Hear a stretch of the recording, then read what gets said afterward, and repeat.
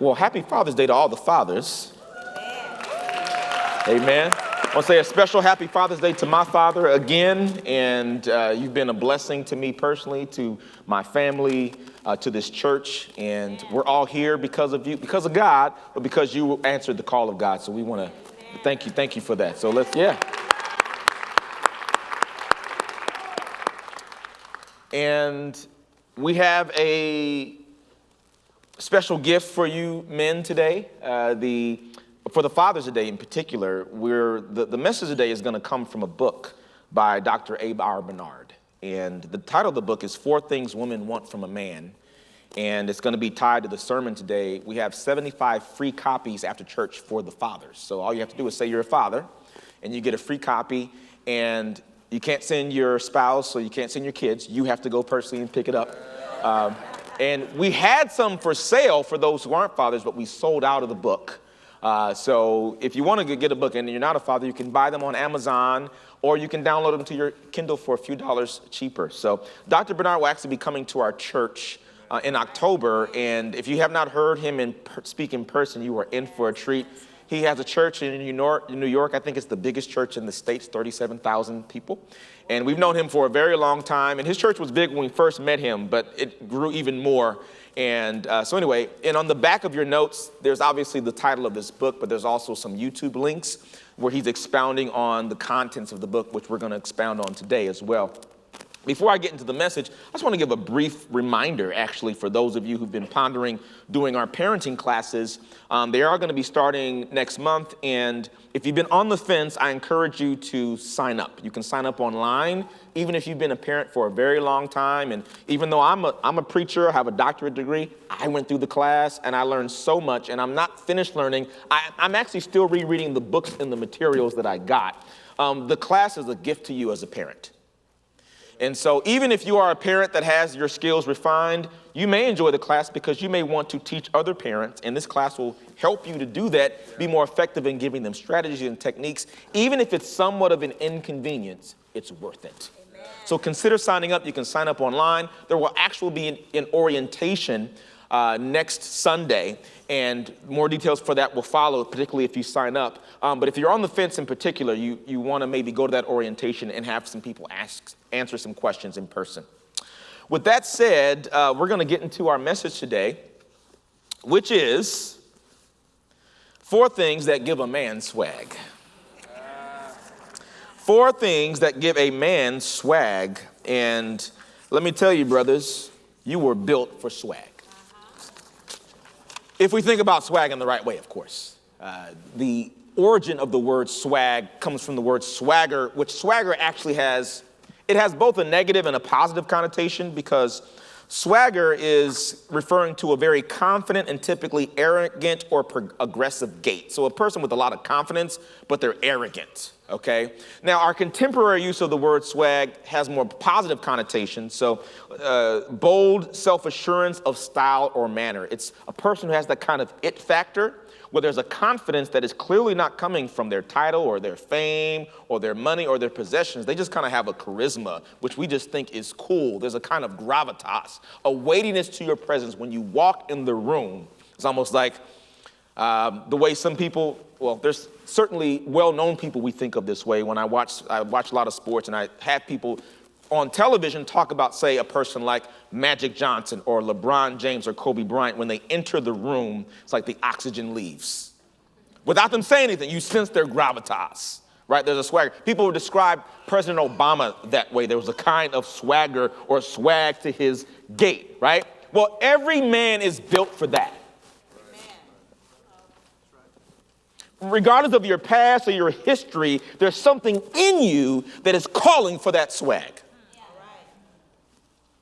And everyone in the world, when they see you, they're looking for it. Because when they see a man, they're looking for that swag.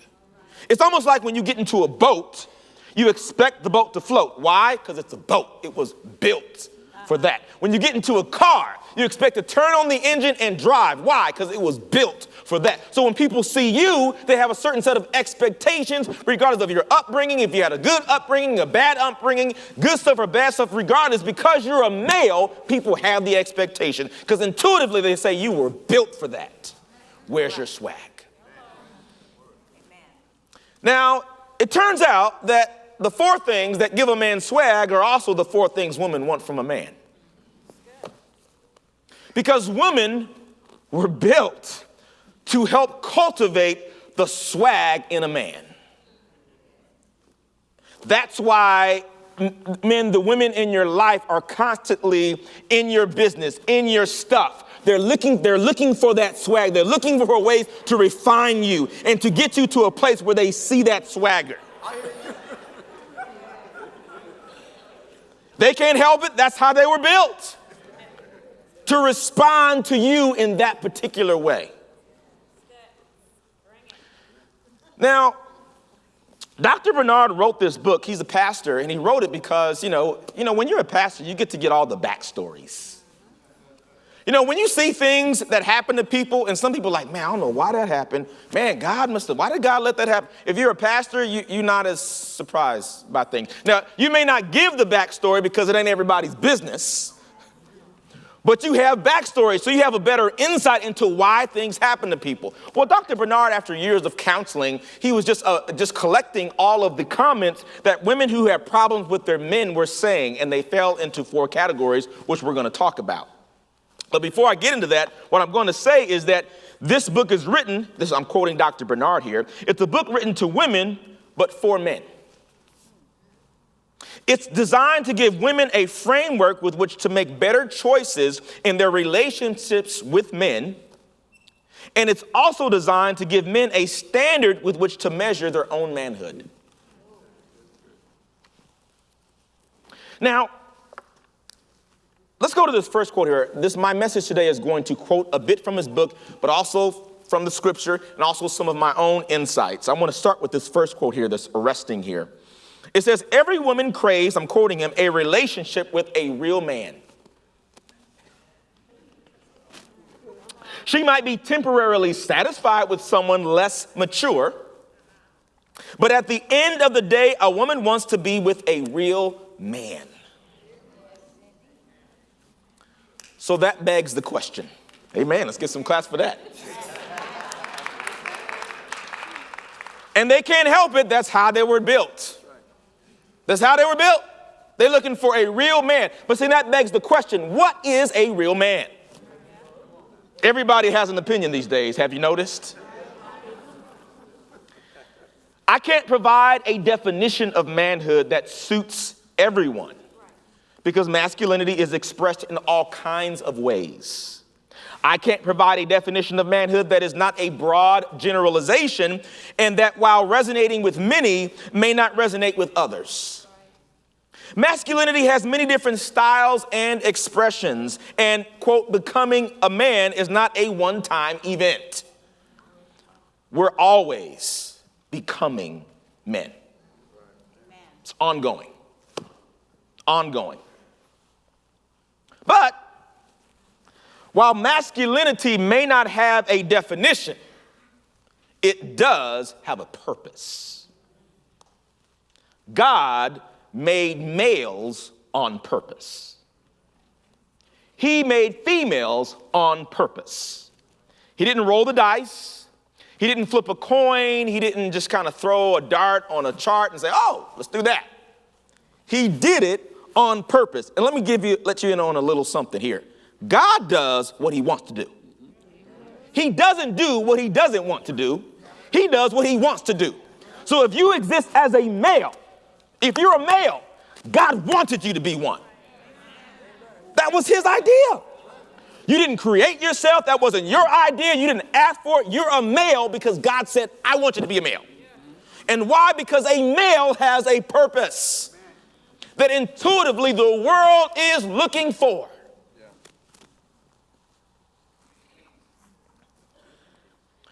You see, when we go back to Genesis, it says that God saw everything he created and he said it was good. God saw that everything he created was good. When the scripture says God saw, it means that he was inspecting it for excellence. That's how cold God is. I mean, he's God. He made it. What does he need to check for? But he made it. Then he went back to make sure what he made did the thing that he designed it to do. I'm a professor. I'm in the world of education. And what we have in education, we have what we call learning outcomes. You teach a class, and in fact, in your syllabus, what you should do is put in your syllabus the learning outcomes. By the end of this class, you should know this. But I can't just put it in the syllabus. I then have to test my students to see if they know that if they're doing the things I said the class would teach them. And guess what? There are accrediting agencies that go back and they look at, they don't create standards for you. They look at your standards. And they said, did you fulfill the things you said you were going to do? So they make sure we go and test for making sure our students are doing the things we said they were supposed to do. That's what God was doing. He was making the product and he was his own inspection agency. Excellence means fulfilling purpose at its highest level. Excellence means fulfilling purpose at its highest level. So guess what? A real man is someone who lives the purpose of masculinity at the highest level. Real manhood is masculinity at the highest level. And let me tell you something, man, you were built for that. You were built for it. And don't be deceived by things in your past that don't look like excellence. You may have had a past where there's not been excellence or where you've done less than the standard. Don't be deceived by that. You were built for excellence, the excellence of masculinity. It's a call only you can fulfill. Femininity, the women don't need help with that. They got that. They got it. They don't need our help to produce femininity. But what they want, what they're crying out for, is the excellence of masculinity, the good of the masculine. The good of the masculine. You uniquely have the capacity to reproduce and to present the good or the excellence of the masculine.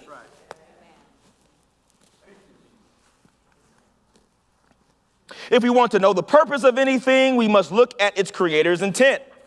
The creator of the man is God, also of the woman, of course, but which is to say that God is the manufacturer.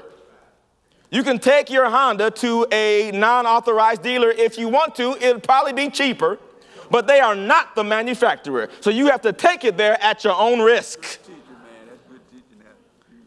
But if you want to know how a product is supposed to function, you go to the manufacturer. In this case, it's God. If you want to find the purest version of God's intent for anything, we must look at the beginning, which is what we saw in Matthew. We've been spending some time in the Matthew passage where Jesus was asked about divorce. His first thing was to go back to the owner's manual. What does it say in Genesis? In the beginning, this is the purpose of marriage. And his response was based upon the owner's manual. What was the original intent of the owner, of the producer, of the manufacturer? That's the beginning of the conversation. Whatever else you want to say, you got to start with the owner's manual. Last week we said that the first thing God gave Eve was a relationship. She was created within the context of human relationships. She didn't have to go on this scavenger hunt wondering if there was anyone else like her. That was never a question because she was made, there was already another human there. And her challenge was mismanaging those relationships. Her relationship with her husband, she manipulated that to get him to eat the fruit. She had a toxic relationship with the serpent. And in my view, I think that when we see her with the serpent, that's not the first time they talked, or that's not the beginning of the conversation, because it says the serpent was subtle. Yeah. And the question he posed to her was not a subtle one. They had some communication. I bet you they started off with small talk. And he gradually moved to the point where he can put something else in there that was defiant, but by that time they had already forged a bond, a soul tie. To the point to where she was willing to challenge the health of her relationship with God and her husband because of that snake.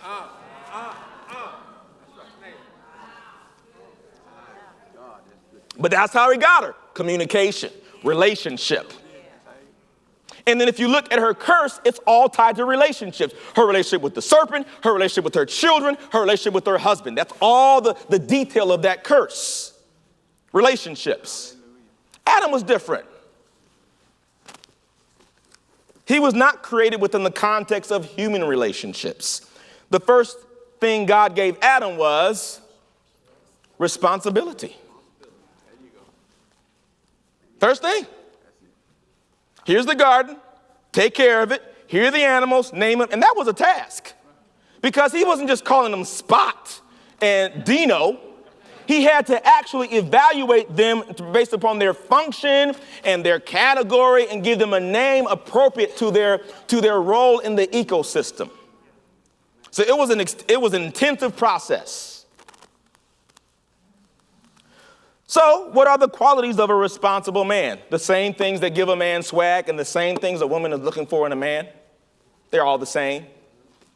And I'm going to cue off of the qualities that Dr. Bernard lists here because, again, pastoral insights really tell you a lot because you see a lot of human behavior over the course of time, over 10 years, 20 years, 30 years. You see what works out and what doesn't. Amen. You see people across 2 and 3 generations, and all of this material gives you insight into human nature. People are willing to tell their pastors things they won't even tell their therapist or their doctor. Wow.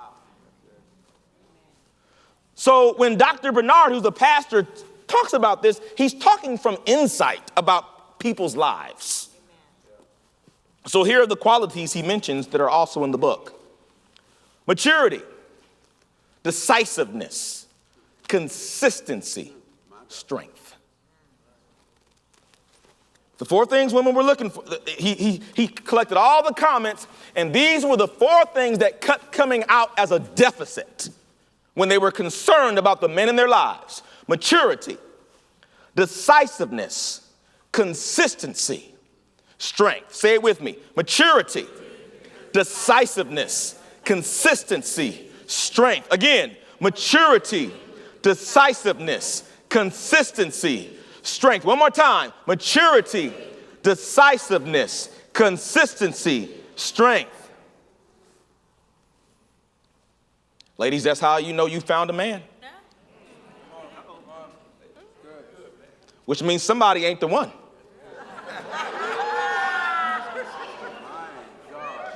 And he may be the one for somebody at some point, but the cement's not dry yet. It ain't dry.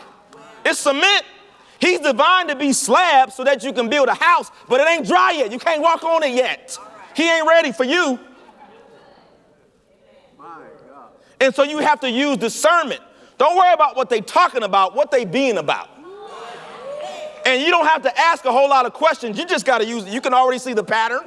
You recognize the pattern, and you can already tell, quit ignoring your common sense.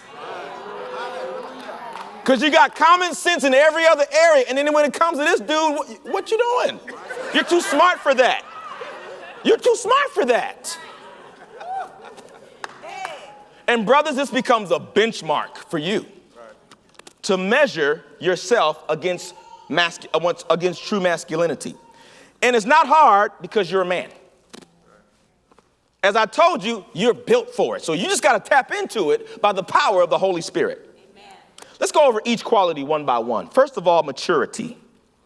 Maturity. Well, I'm going to quote Dr. Bernard, then I'll talk about a few things here. Maturity. Maturity doesn't begin with age. It begins with the acceptance of responsibility. Maturity doesn't begin with age. So you can be 40 and 50 and 60 and still be immature. It begins with the acceptance of responsibility. Here's the second quote from the book. We don't begin to mature until we accept personal responsibility for our words, our thoughts, our motives, and our attitudes. Personal responsibility for what's happening in here. All this right here, that's me. I'm owning that. I'm owning that. My thoughts, that's me. Words, that's me. Actions, that's me. That's all me. Everything I did, I own. That's the beginning of maturity. Even if I messed up, that was me. My bad, that was me. I did that. 1 Corinthians 13:11 says this. This is Paul speaking, a little bit autobiographical, but also communicating a general principle. You can apply it to adulthood broadly, or you can speak to Paul's biography of when he was a child. He says, when I was a child, I spoke like a child. I thought like a child. I reasoned like a child. When I became a man, I gave up childish ways. See, it didn't happen automatically. Through age, he had to give it up. You can be a perpetual child if you want to. You really can. Age doesn't have to stop you from being childish. But maturity and responsibility is making a decision. I'm owning this. I did this. And there's a time to be a child. You want children to be children. Be 12, be 13. When you're 14, be 14. When you're 5, be 5. You need to do that. But there comes a time in your life where you have to accept responsibility. You can still have fun, but within boundaries. Yes. Grown men who are mature, they have a lot of fun within boundaries. Yes. And if you're a child, those boundaries have to be set for you because you're not mature enough to know, to discern. But when you're a grown person, you got to set your own boundaries. I got the money, I'm not going to buy that though. I got the time, I just ain't going there. Yeah. I can do it. I got the ability. I'm a grown person. I can do what I want, but my family needs me right now. My wife ain't comfortable with that. We can't do that. I like it, but my wife's not comfortable. That's my boundary. My kids, they not having a good time in school right now. I got to cut that out, got to cut that out, got to cut that out. I can do that, but I'm not because got to handle this over here. Boundaries. When life gets to a place where it's crossing unhealthy boundaries, then a mature person says, okay, reassess, make some adjustments. But here's the thing, let me say one more thing here. Genesis 3:12, we want to rehearse here the commentary, the brief part of the conversation Adam had with God. Genesis 3:11, it says, he said, who told you that you were naked? Have you eaten of the tree of which I commanded you not to eat? I think God said you about 4 times in there. You. I think you should have got the message by then. But what does he say? Verse 12. The man said, the woman whom you gave, this was your idea. I was cool, God. I mean, I had it handled. I had the garden. I named the animal by myself, thank you very much. This was your idea. I didn't say I was alone and unhappy. You said that. The woman whom you gave to be with me, she gave me fruit of the tree and I ate. Like he put his little piece like on the back end and forefronted God, blame God and her. But you know how it went down. God dealt with her, but that's between her and God. He like, what did you do? Even if you know for a fact that the woman is out to get you, you're still responsible. You're still responsible. Even if you know she's not doing right, you are responsible for what you did. And that's how women look at it. Even if they wrong. Even if they wrong. There's something in them that is responding to you not doing what you were supposed to do.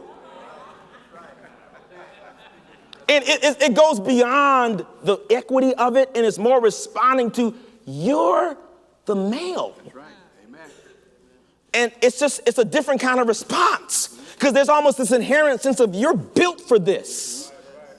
Not by your own ability, but by God's ability. We know that. But there's an expectation there.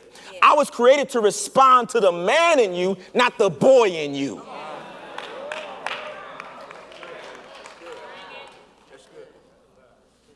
But let me say something about that, because men are under a lot of stress that's difficult for people to comprehend. Because there's an expectation on us, but a lot of us don't get taught these things. And the thing with men is that they don't tell you this. They just fake it to make it. We got to put on a front. We got to act like we got our gimmicks, and we can hide behind talent, behind charisma, behind attractiveness, and clean cut. I mean, you were like, hey, man, he got it together. That's just a gimmick. And he works his gimmick. And he can get things out of his gimmick because it's easier to do it with the gimmick than to actually be mature.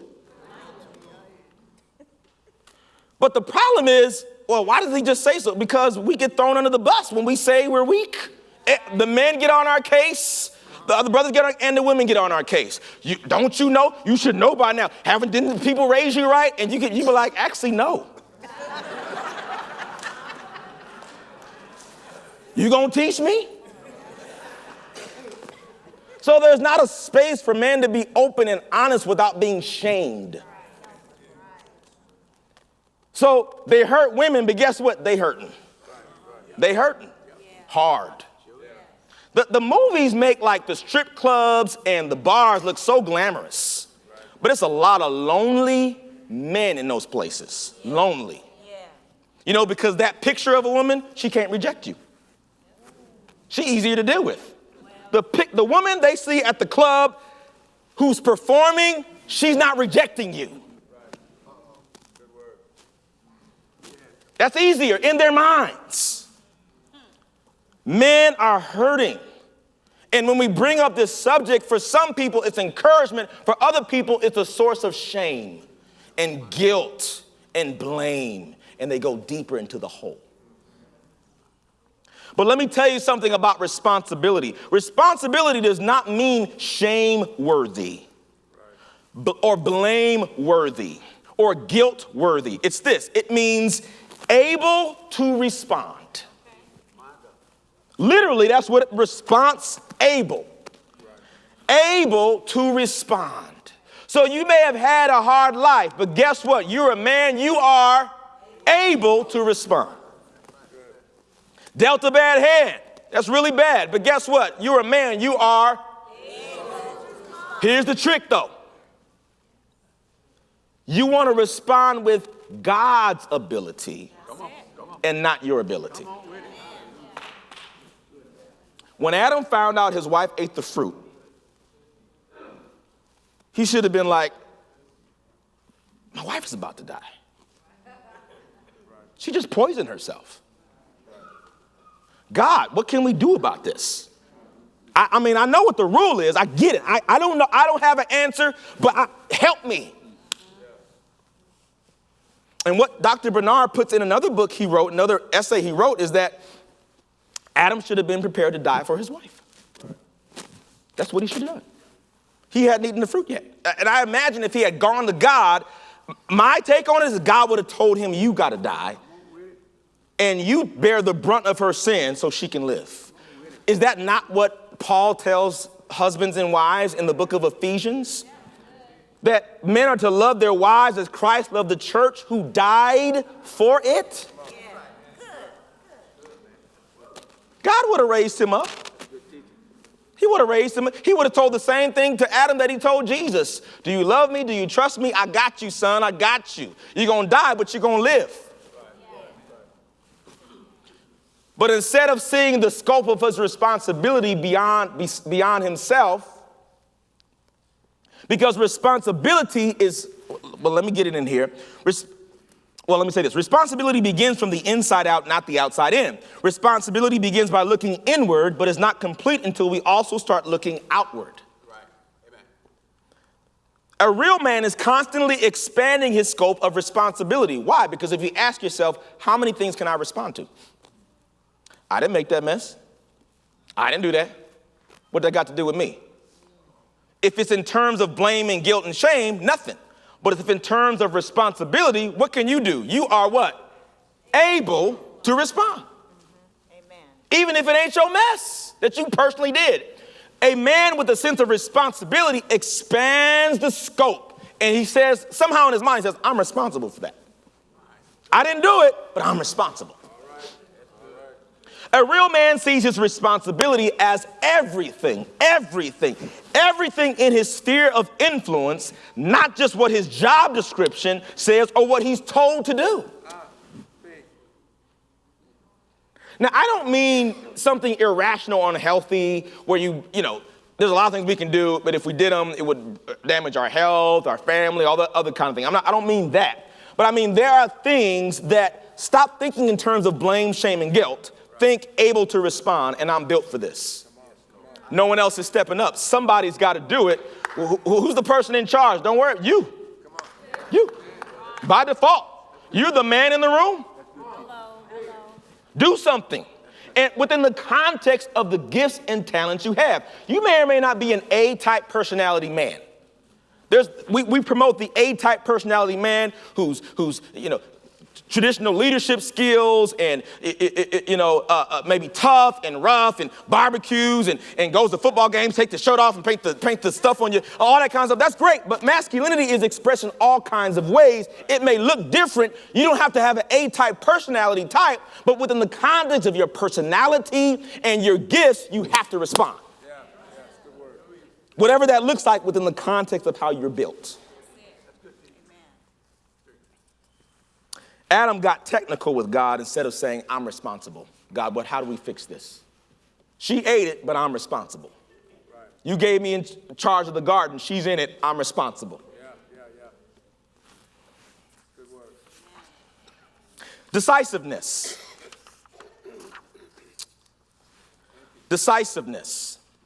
A real man makes quality decisions quickly and confidently, says Dr. A.R. Bernard. Decisiveness, he says, is insight in action. A real man makes decisions based on principles, which means he decides before he decides. That's why, in an ideal scenario, Adam would have been quick to die for his wife because he would have already decided he's committed. Right. I'm responsible for everybody. If he's responsible for the animals, his wife is not part of that. Like, she's not. I'm responsible for the garden and the animals, and my wife, whatever happened to her, oh well. That doesn't make any sense. So if he's already decided this is what I have to, I'm responsible for, he already knew he had to do, he would have already known he had to do something. You decide before you decide. In other words, what are your principles? In other words, you establish your values and your principles, which should be first based on the word. Hallelujah. That those are my boundaries now. The word are my boundaries, and the principles I extract from the word, those are my boundaries. So I already know before the situation, I'm not wondering when the temptation's there. I already know. This is not going to happen, or this is going to happen. A principle is an eternal standard that makes you clear about what's true. Once you know what's true, decisions are easy because after that, you only need the courage to act. Which is a lot of the case. Indecisiveness is often the absence of courage to act on what you already know to do. But you're playing it out in your mind as, I don't know. Consistency. Consistency, Dr. Bernard says, is the ability to make mature quality decisions time and again. So if maturity is taking responsibility, right, and responsibility is being able to establish boundaries with which will govern your life, then decisiveness is making decisions based upon those principles and boundaries. And then consistency is making those decisions consistently. Amen. You know, you got some players in the National Basketball Association, fantastic. You just never know what you're going to get night to night. They can score 30 points or score 2. You don't know. That's why they're on the bench. That's why they're in the D-League. Inconsistent. I'm cool with 10 points a night if I know I'm going to get that 10 points every night. If I know I'm going to get a triple-double from you, rebounds and assists. But if I don't know what I'm getting, I can't put you out on the court unless it's an emergency. Unless Klay Thompson go down and KD go down, then I may put you in there. Consistency. And this is my favorite part of the book. Let me quote him here. He says, a man's consistency is what gives a woman security. Not your big chest, and that's cool. Be a healthy looking man, that's cool. And the issue with the money at the house is the money, but it's the consistency. It's the consistency. It's the emotional tie to the consistency. He says this, Dr. Bernard, our women observe us carefully, cautiously, and continually. Built for that. Sorry. That's just how it works. Because they're acting on their capacity to help us.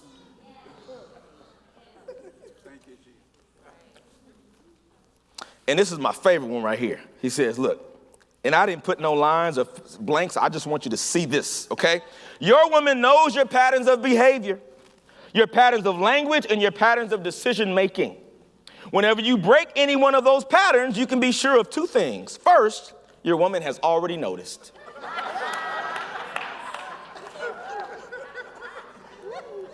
And second, she wants to know why.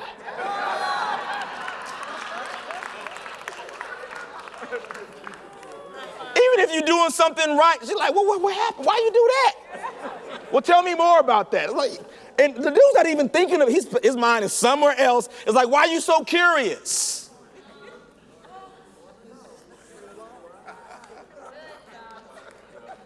Because when you're not consistent, it affects her equilibrium. You want her to be calm, she can't. She can't. And guess what? Consistency for her is when it's handled.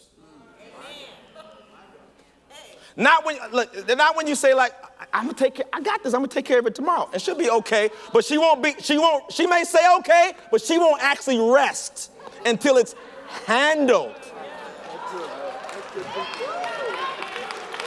You wanna have a quiet evening with your wife, it ain't gonna happen until it is handled. So you cannot handle it if you want to, but those windows gonna stay open in her mind, and she gonna start working on it herself and be mad at you.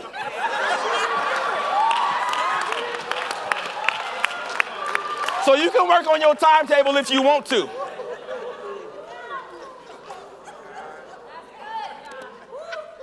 And so you may be mad, but it may be 3 a.m. and she kind of said, let me just get up and I'm gonna find somebody that's a 24-hour something that's open. I'm gonna go get it. You're gonna be mad. And when you come home, she's gonna be so calm.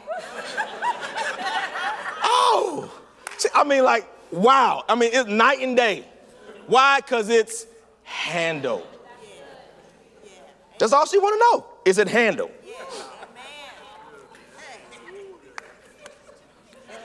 You, the man, are the first domino and set the tone with your consistency or inconsistency. You're the first domino. You set the tone. Why? You a man. You can't help it. Even if you're sitting there doing nothing, you the spinner. You're the spinner. We can't start the game till you get on the board. You ever been in a line and you ready to go? You want to go to the cash register and the person in front don't move. They going through their stuff and like, come on. We can't go till you go. You the man. He made Adam first. Sorry. Eve can't go till Adam go. Don't get Eve till you get Adam. Sorry. Proverbs 25:19, trusting in a treacherous man in a time of trouble is like a bad tooth or a foot that slips. The New Living Translation says this, putting confidence in an unreliable person in times of trouble is like chewing with a broken tooth or walking on a lame foot. She walking around like this. She ain't looking like this, but emotionally, this is what's going on. She's trying to walk, but you her foot, and it ain't walking right. This is her. She's trying to chew, but you her tooth, and it's hurting. Inconsistency. Proverbs 20, verse 6. Many a man proclaims his steadfast love, but a faithful man who can find. Them faithful ones, they like Kawhi Leonard. They don't talk a lot, but they get it done. They get it done. They get it done. He got 2 rings now. They ain't talking about who the greatest and okay, whatever. Ring number 2. What you do creates ripple effects positively or negatively in your family and community for generations to come. Exodus 25-6. You shall not bow down to them or serve them, for I, the Lord your God, am a jealous God, visiting the iniquity of the fathers on the children, to the 3rd and the 4th generation of those who hate me. But verse 6, but showing steadfast love to thousands of those who love me and keep my commandments. You are literally responsible for thousands of people by what you do or don't do generationally. First domino. And if I had a superpower that I didn't currently have, it would be to, God, I don't know, if God gave me 40, 50 men that historically have lived, and I can say, instead of the ones they are, I made the men who have maturity, decisiveness, consistency, and strength. If I just changed that historical fact,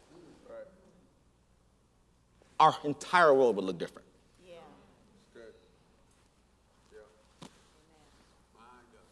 Almost done here. Strength. Strength is the courage to live out your convictions in spite of what the crowd is saying, in spite of what the crowd is doing, says Dr. Bernard. He continues, in today's world, genuine strength is a matter of integrity, not physicality. Amen. Ain't nobody trying to kill you. At least not in a way that the stuff you do in the gym is going to make a difference. Right. I mean, you got guys, I mean, they got the gym muscles, everything, and they've never been in a situation where they had to like actually fight. I mean, it's guys in that situation, but you ain't one of them. Like, you call the cops. When in trouble, you call the cops. It's just marketing. You just marketing. You're not actually gonna fight somebody. And the strength is the inner man. 1 Timothy 4:8. For while bodily training is of some value, get the little it does give you, okay? Godliness is of value in every way, as it holds promise for the present life and also for the life to come. Get that inner man strong. Amen. That integrity, that character. Yes. Dr. Bernard says this, for a man to possess real strength, he must learn the art of self-control. And the scripture says this in Proverbs 25:28.